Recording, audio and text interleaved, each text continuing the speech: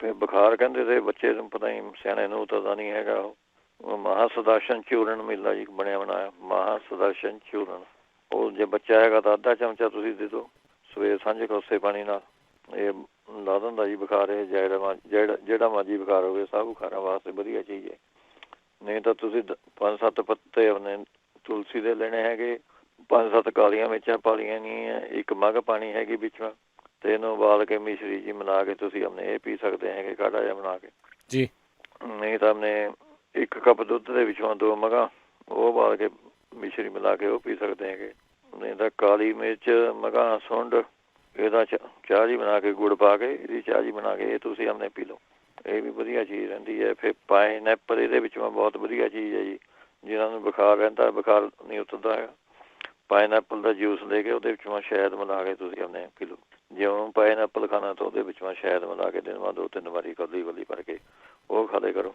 ਅੱਛਾ, ਨਹੀਂ ਭਾਈ ਇੱਕ ਹੋਰ ਚੀਜ਼ ਹੈ, ਤੁਲਸੀ ਦੇ ਪੱਤੇ ਤੇ 1 ਮੱਗ ਤੇ 7 ਕਾਲੀਆਂ ਮਿਰਚਾਂ, 7 ਜਿਹੜੇ ਪਤਾਸੇ ਹੁੰਦੇ ਜੀ, ਮਿੱਠੇ ਪਤਾਸੇ, ਇਹ ਵੀ ਬੁਖਾਰ ਲੈਣੇ ਮੈਂ ਵਧੀਆ ਚੀਜ਼ ਹੈ ਜੀ। ਪਤਾਸੇ ਜਿਹੜੇ ਹੁੰਦੇ ਜੀ, ਹਾਂ, ਇਹ ਤੁਸੀਂ ਪਾਣੀ ਨਾਲ ਉਬਾਲ ਕੇ ਚਾਹ ਜੀ ਬਣਾ ਕੇ ਤੁਸੀਂ ਇਹ ਪੀ ਲਿਆ ਕਰੋ। ਤੁਸੀਂ ਜਿਹੜੇ ਕਹਿੰਦੇ ਕੰਨਾਂ ਦੇ ਵਿੱਚ ਆਵਾਜ਼ਾਂ ਆਉਂਦੀਆਂ ਹੈਗੀਆਂ, ਉਹ ਤਾਂ ਪਿਆਜ਼ ਦਾ ਹੀ ਰਸ ਤੁਸੀਂ ਗਰਮ ਕਰਕੇ 2-2, 3-3 ਬੂੰਦਾਂ ਪਾ ਲਿਓ ਕੰਨ 'ਚ, ਕੋਸਾ ਜਿਹਾ ਕਰਕੇ ਇਹ ਤੁਸੀਂ ਆਪਣੇ ਪਾ ਲਿਆ ਕਰੀਓ।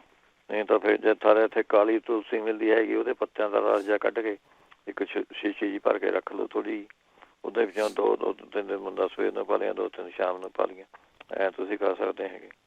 1 ਚਮਚਾ ਪਿਆਜ਼ ਦਾ ਰਸ ਲੈ ਲਓ, 1 ਚਮਚਾ ਤੁਸੀਂ ਗੁਲਾਬ ਜਲ ਲੈ ਲਓ, ਇਹ ਮਿਕਸ ਕਰਕੇ ਇਹ ਤੁਸੀਂ ਪਾ ਸਕਦੇ ਹੈਗੇ ਕੰਨਾਂ 'ਚ। ਨਹੀਂ ਤਾਂ ਅਦਰਕ ਦੇ ਰਸ ਕੱਢ ਕੇ ਉਹਦੇ ਵਿੱਚੋਂ ਥੋੜ੍ਹਾ ਜਿਹਾ ਸਹਿੰਦਾ ਲੂਣ ਪਾ ਕੇ ਉਹ ਸ਼ੀਸ਼ੇ ਮਾ ਪਾ ਲਓ, 2-3 ਬੂੰਦਾਂ ਤੁਸੀਂ ਉਹ ਉਹਨੇ ਲੈ ਸਕਦੇ ਹੈਗੇ।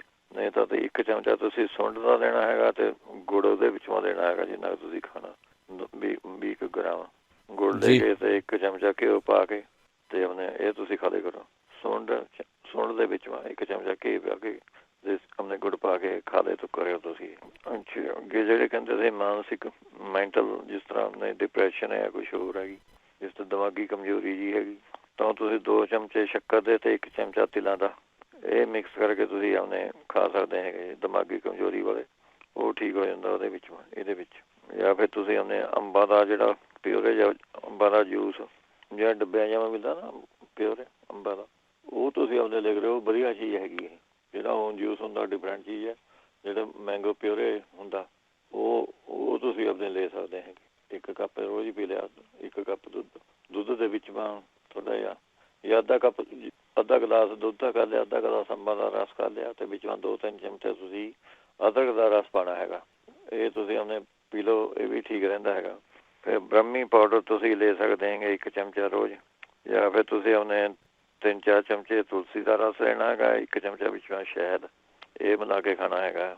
ਅੱਛਾ, ਬ੍ਰੇਨ ਵਾਸਤੇ ਇਹ ਹੈਗਾ ਫਿਰ ਤੁਸੀਂ 50 ਗ੍ਰਾਮ ਸੌਂਫ ਲੈਣੀ ਹੈਗੀ ਅਤੇ 50 ਗ੍ਰਾਮ ਮਿਸ਼ਰੀ, ਇਹ ਤੁਸੀਂ 2 ਚਮਚੇ ਸਵੇਰ ਨੂੰ, 2 ਚਮਚੇ ਸ਼ਾਮ ਨੂੰ, ਇਹ ਤੁਸੀਂ ਖਾ ਸਕਦੇ ਹੈਗੇ ਇਹਦੇ ਵਿੱਚ।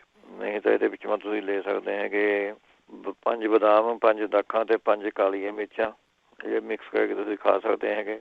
ਨਹੀਂ ਤਾਂ ਉਹਨੇ ਛੋਟੀਆਂ ਇਲਾਇਚੀਆਂ ਲੈਣੀਆਂ ਹੈਗੀਆਂ, ਇਹ ਅੱਡ ਨੁਕਸਾ ਹੈਗਾ। ਛੋਟੀਆਂ ਇਲਾਇਚੀਆਂ 15 ਗ੍ਰਾਮ, ਬ੍ਰਹਮੀ ਪਾਊਡਰ 100 ਗ੍ਰਾਮ, ਸ਼ੰਖ ਪੁਸ਼ਪੀ 100 ਗ੍ਰਾਮ, ਵੱਚ 60 ਗ੍ਰਾਮ, ਕੂਜਾ ਮਿਸ਼ਰੀ 200 ਗ੍ਰਾਮ, ਇਹ ਸਾਰੀਆਂ ਚੀਜ਼ਾਂ ਇਕੱਠੀਆਂ ਕਰਕੇ ਤੁਸੀਂ ਆਪਣੇ 1 ਚਮਚਾ ਸਵੇਰ ਨੂੰ, 1 ਚਮਚਾ ਸ਼ਾਮ ਨੂੰ ਖਾ ਲਿਆ ਕਰੋ।